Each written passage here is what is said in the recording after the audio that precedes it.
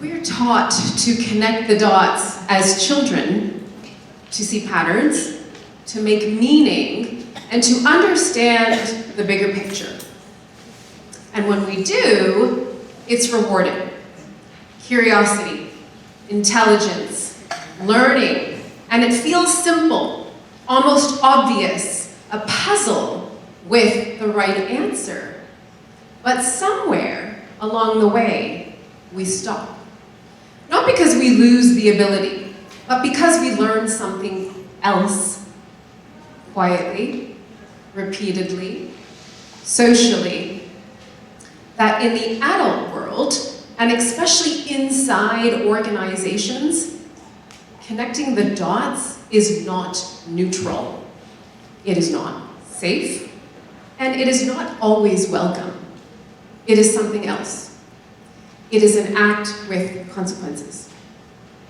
It slows things down. It introduces uncertainty when there was certainty. It raises questions no one is trying to understand, and it exposes patterns people are actively managing around. And so, we adapt, we specialize, we narrow our focus, and we stay in our lanes. Not because we are less capable of seeing the whole, but because we learn something far more important, that by seeing the whole creates a cost. In the late 1990s, Sony had everything. Not parts of the ecosystem, the entire ecosystem. They owned one of the biggest music labels in the world, and they had elite hardware engineers. They had already invented the portable music called the Walkman. Did I just date myself? Yeah. They had literally trained a generation to expect music in their pocket. And if this was the chessboard, Sony wasn't just playing the game. They were the board. And yet, they missed digital music. Not because they lacked talent, not because they lacked technology, but because internally, they were too well organized. If the music division saw digital files as theft, they would lose control.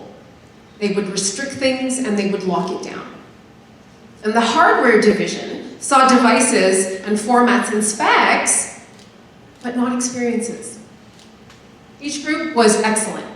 Each group was very disciplined. Each group was doing exactly what it was designed to do. Stay in your lane. And that's the failure. Because while Sony was protecting boundaries inside its own company, a different company, Apple, didn't see the boundaries at all. Apple didn't ask, how do we protect our music? How do we design hardware? They asked a much more important question. What does it feel like to get a song from your head to your pocket in 30 seconds? And so they built around the gaps that Sony refused to cross. And so while Sony had all of the pieces, what did Apple do? They connected them. And in that space, in the pieces, in the silence between departments and in the handoff process, that nobody owned, a revolution happened. Quietly.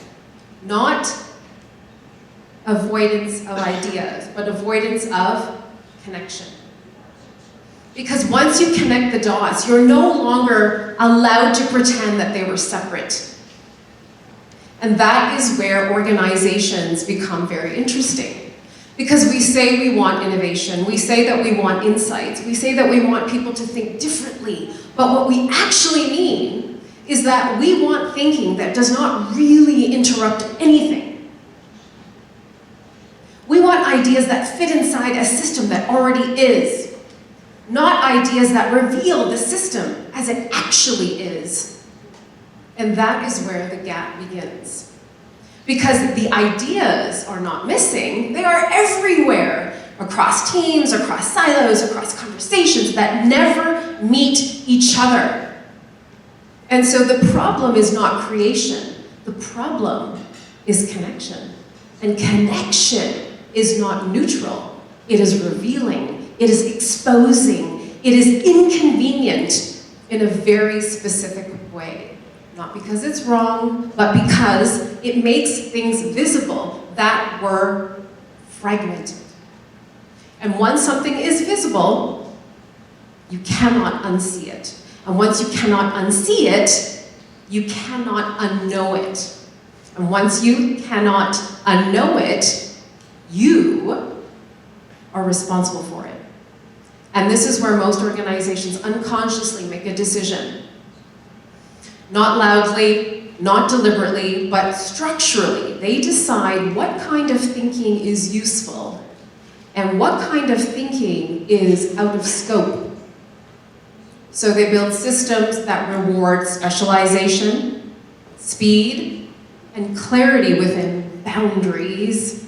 And so they quietly deprioritize the one thing required to actually understand a system. And that is seeing across it. And this creates something most organizations don't talk about, a slow separation between what is seen and what is said. And this is where intrapreneurship actually lives, not in innovation labs, not in job titles, but in perception.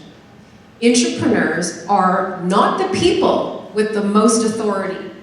They're the people who see too much, too broadly, too early, too clearly. They see patterns that others are trained not to connect. A customer complaint is not isolated, it is structural. A team tension is not personal, it is systematic. A reoccurring delay is not operational, it's cultural. They don't see problems, they see the relationships between the problems. And that is where the tension begins.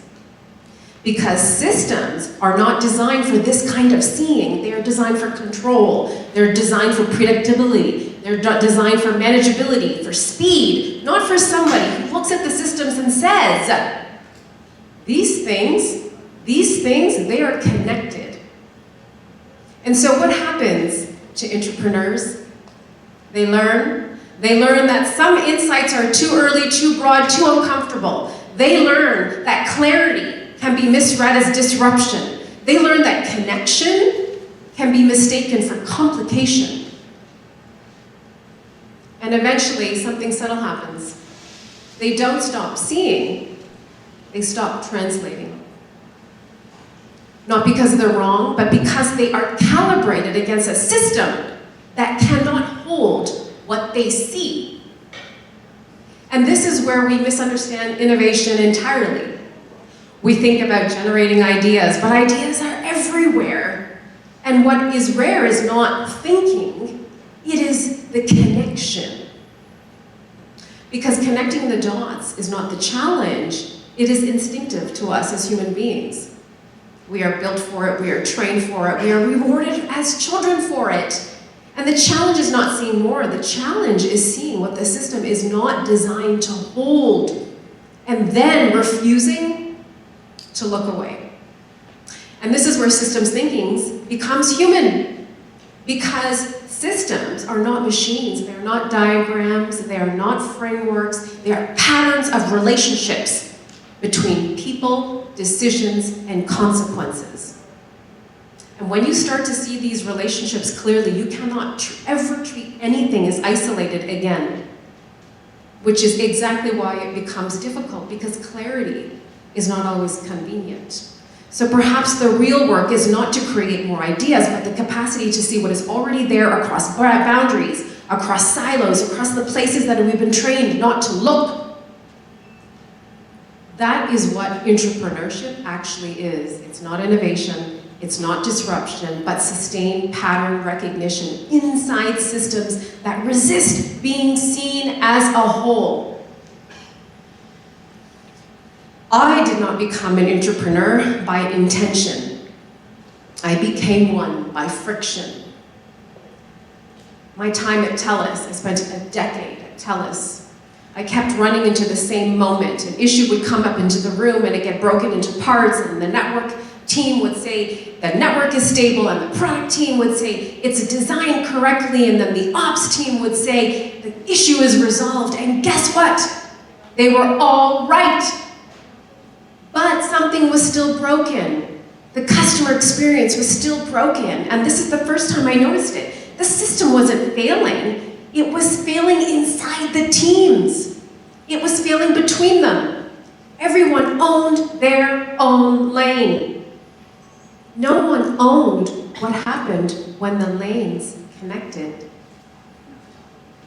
And then later, my time at Microsoft, I expected that gap to disappear with scale and sophistication. It didn't. It just became more polished.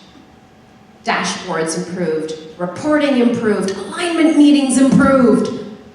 But when you traced one customer journey end to end, you still saw it in the seams, the handoffs, the quiet loss of meaning between teams that never sat in the same reality long enough to see the whole. And I had this habit. I developed this habit almost instinctively of seeing these gaps immediately and then naming them, which apparently is not always considered a leadership competency in large organizations. And I would sit in meetings and I would think to myself, are we all just collectively agreeing not to mention the obvious? Are we all just pretending? And the truth is, I couldn't pretend.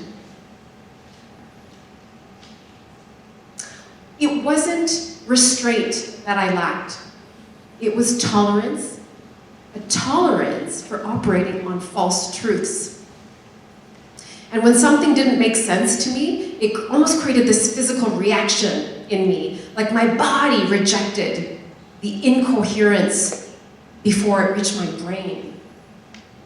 And looking back, I think I was actually born this way, and it drove my parents crazy. And now, unfortunately, it's driving my husband crazy, and now it's driving my children crazy, and I have to normalize this craziness. And I've basically spent my entire life responding to the phrase, that's just how it works, like it's an invitation to really go and see what's underneath it all. Because if something doesn't make sense to me, I can't unknow it. And once you start seeing systems that way, you stop focusing only on the parts, and you start seeing the invisible architecture between the parts, and that is what intrapreneurship has become for me. The refusal to stop seeing what the system was not designed to hold. And this is where something new becomes possible. This is where the magic happens. Not when we add more ideas, but when we finally connect the ones that have already been there. The future will not be built by those who think the most. It will be built by those who can see the system clearly enough to realize that nothing was ever isolated, only incomplete in how it has been seen. And who, in that moment of clarity, choose to connect what was already connected. My name is Dr. Chitra Anand. It's been a pleasure today. Thank you so much. Have a wonderful conference. Thank you.